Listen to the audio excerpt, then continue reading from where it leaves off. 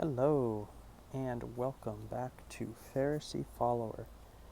This is my channel where I can basically say whatever I want to, say whatever I need to process out some deep theological things I'm going through in my own life these days.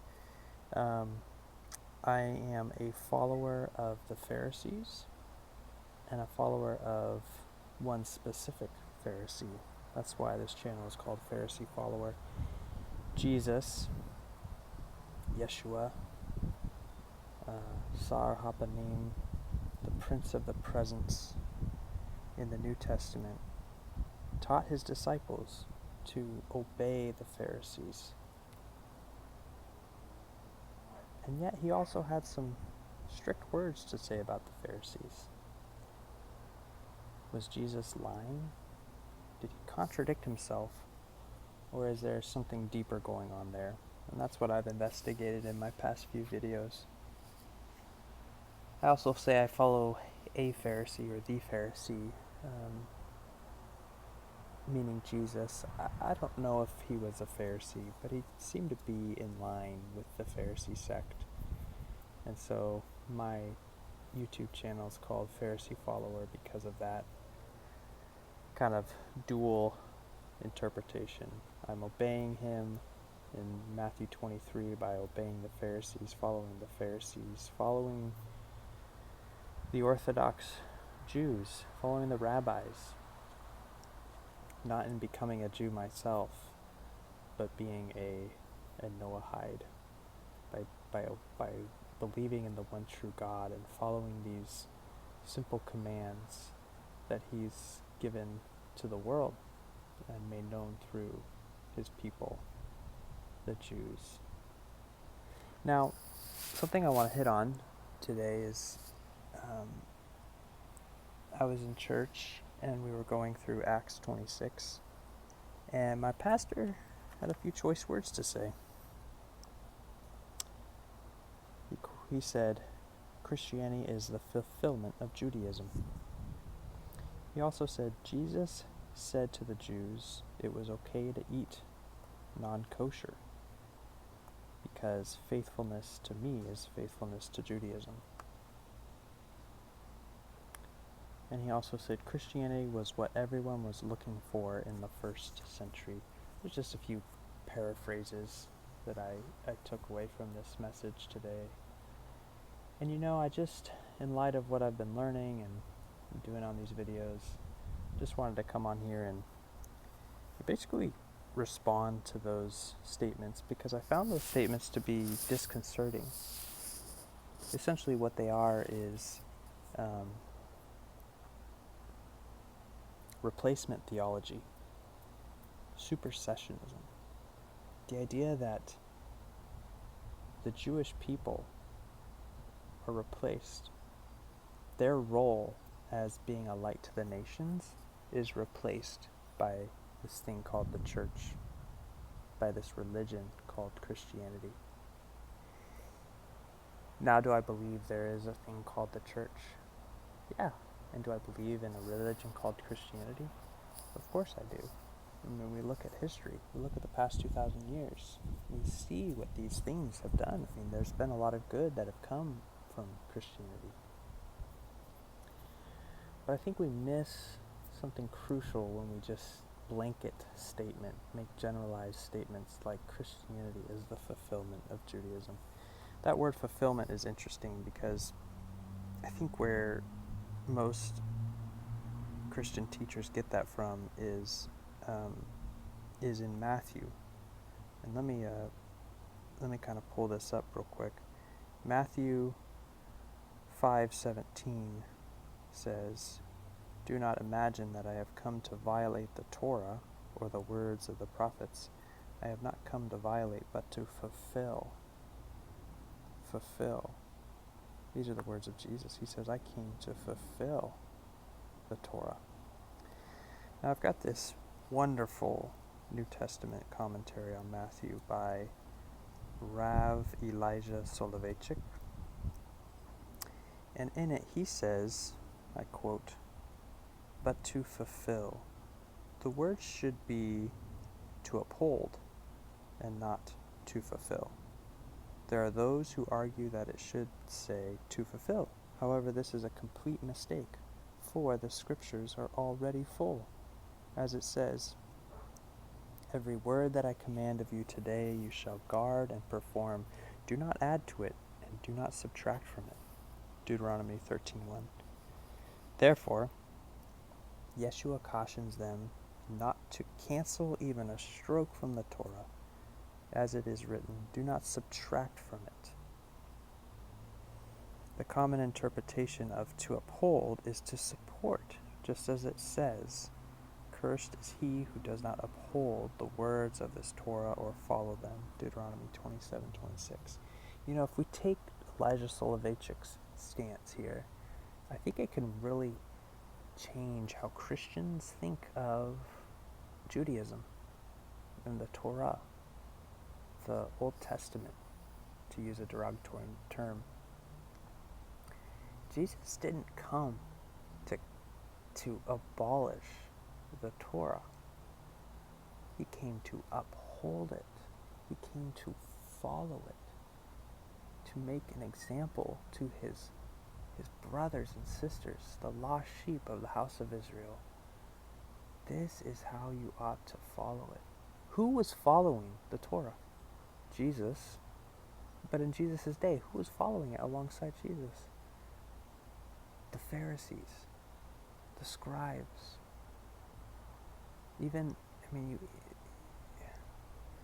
I don't know if I want to say even some Sadducees, but yes, there's these sects within Judaism. They were following it. There was, yes, some always corrupt Jews within the body, just as there's always corrupt Christians within the body today.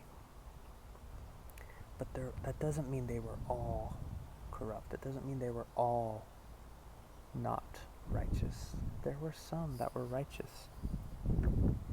We could even look at some examples in the New Testament. I think of Elizabeth and Zachariah, the mother and father of John the Baptist. In Luke, it says that they were righteous. They were following the law. They were righteous.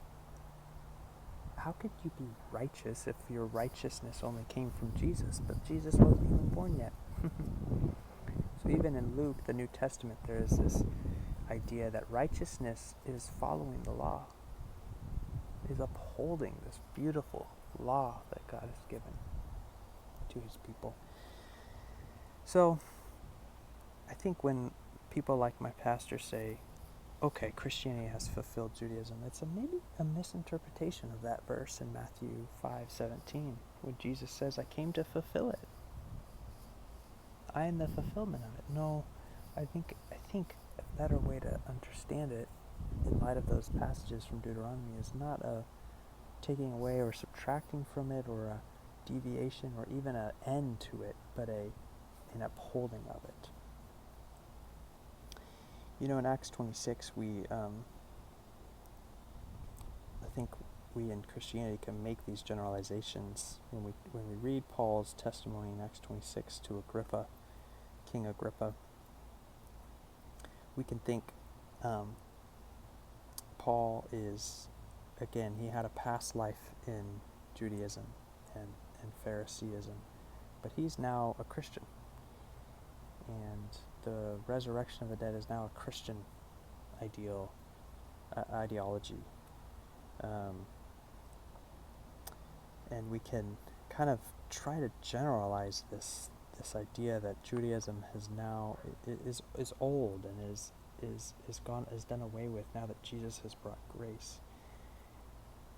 Because in Acts and a lot of New Testament passages, they use this term, the Jews, in a negative way.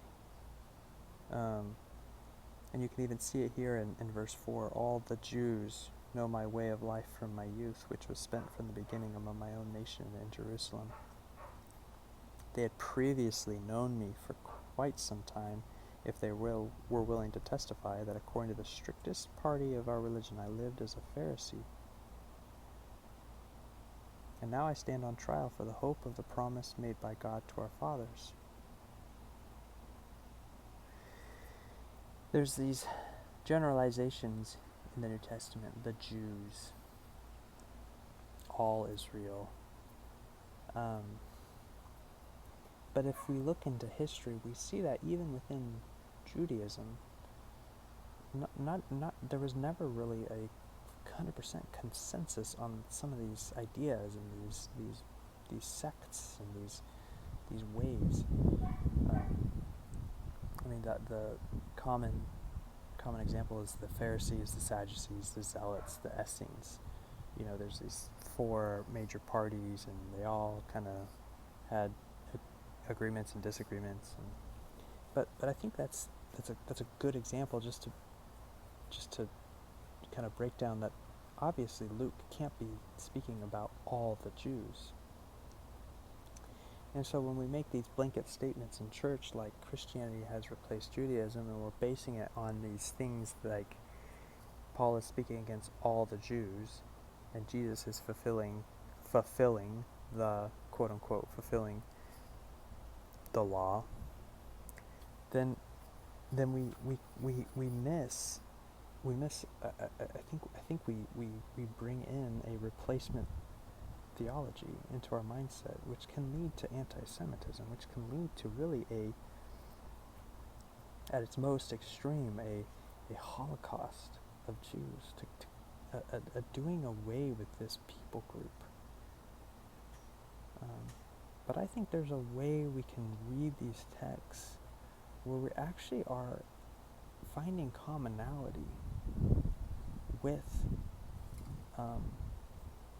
our brothers and sisters in the faith, in the Judaic faith.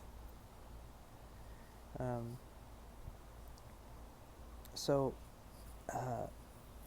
just wanted to basically just jump on here and rant a little bit about this. I don't have a lot of I don't know if I have much else to go from, but it bothers me, I guess, when we in Christianity make a blanket statement about the Jews, and we say that Jesus has done away with Judaism and it's now all about Christianity, when in fact there is a string of Judaism that is honoring Hashem, that is loving God. And the people that Jesus is speaking to, and Paul are speaking to when they say the Jews and the lost sheep of the house of Israel, is just a subset of the larger family. And yes, maybe even a large part of the Jews were lost sheep, and needing the grace of Jesus and the way that he offers. But he, amongst his Pharisee brothers and sisters, and on into the rabbis throughout the centuries and millennia up into today, are keeping the Torah. And they are a light, and they are being a light to the nations. And they are proclaiming the gospel of the Messiah and of the one true God. And yes, they may not say the name of Jesus, but they still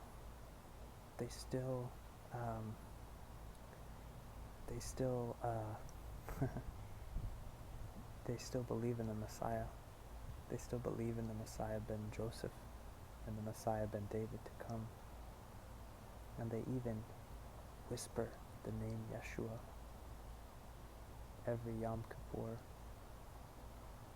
So there is commonality. And I just want to proclaim that here, that we have a chance as Christians to come alongside our Jewish brothers and sisters and to find the commonality. And just a plug, I'm reading a really great book by Rav David Zaslow called Jesus, First Century Rabbi, and he really is doing just that. He's hitting on the similarities between Judaism and Christianity, and showing us from a Judaic perspective that there actually is way more similarity.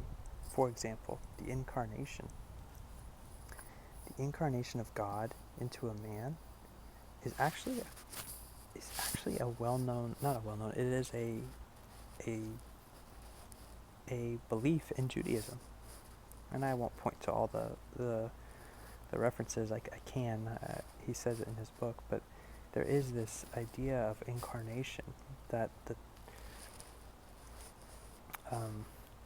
that God has the essence of God, the aspect of God has been manifested into, has been incarnated in this world, in this very world. I mean, you think of Genesis 1:1, in the beginning, God created the heavens and the earth, and then the next verse, and the Spirit of God was roaming about on the water, something like that.